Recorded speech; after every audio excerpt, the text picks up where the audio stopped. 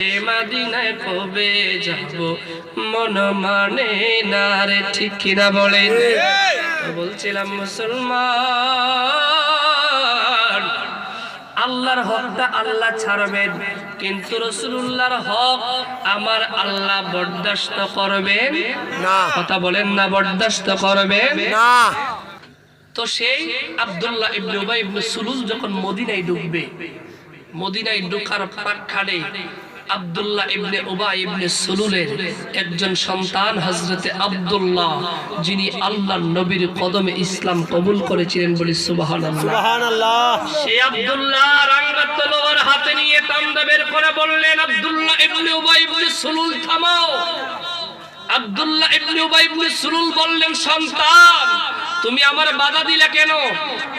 আব্দুল্লাহ ডাকদা বললেন, নাদান কোথাকার, এই মদিনাতুল মুনাওয়ারায় যার কদমের কারণে ধন্য হলো, সেই রাসূলে আরবিকে নিয়ে যে কটূক্তি করে, ঠাট্টা করে, মশকরি করে, রাসূলুল্লাহর কুৎসা রটনা করে, সেই ব্যক্তি মদিনার ভূখণ্ডে ঢুকতে পারবে না।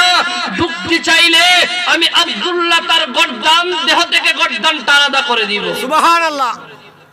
আল্লাহর নবী পিছন পিছন আসার পরে আব্দুল্লাহ ইবনে উবাই ইবনে সুলুল বললেন, ইয়া রাসূলুল্লাহ, আমার সন্তান আমার ঢুকতে দেয় না, আমি তো আপনার পক্ষের লোক। আল্লাহর নবী চিন্তা করলেন, এই মুহূর্তে যদি আমি হুকুম দেই, ওই মুনাফিকের গর্দান থাকবে না। আল্লাহর রাসূল বললেন, আব্দুল্লাহ, এইবারের মতো তারে ছেড়ে দাও। ওইখান থেকে শুরু হলো মুনাফিকদের যাত্রা। তৎকালীন সময়ে ছিল 14 জন মুনাফিক। এখন কত মুনাফিক বাংলাতে আছে সেটা আল্লাহই ভালো জানে। ঠিক কথা বলেন ঠিক কিনা? মুখে বলে ইসলাম, মুখে বলে দ্বীনের কথা, মুখে বলে আল্লাহর ওলিদের কথা, মুখে বলে রাষ্ট্রধর্ম ইসলাম, মুখে বলে মদিনার সনদে দেশ চলবে। মসনদে গেলে ক্ষমতায় যাওয়ার জন্য, ক্ষমতায় পাওয়ার জন্য চরম পর্যায়ের অমানুষিকতার কাজটাও করতে দ্বিধা করে না। ঠিক। আল্লাহু আকবার। ভেঙে দেও, ভেঙে দেও। আল্লাহ পাক মুসলমান সজাগ থাকবেন।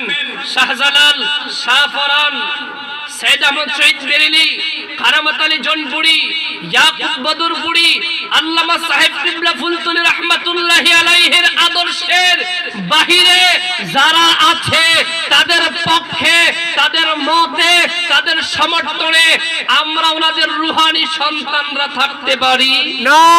কারণ চকচক করলেই শোনা হয় না। কথা বলেন না, চকচক করলে শোনা হয় না। আল্লাহ সুবহানাহু ওয়া তাআলা আমাদেরকে সঠিক ঈমান ইসলামের উপর অটল আর অবিচল থাকার তৌফিক ভিক্ষা দান করুন।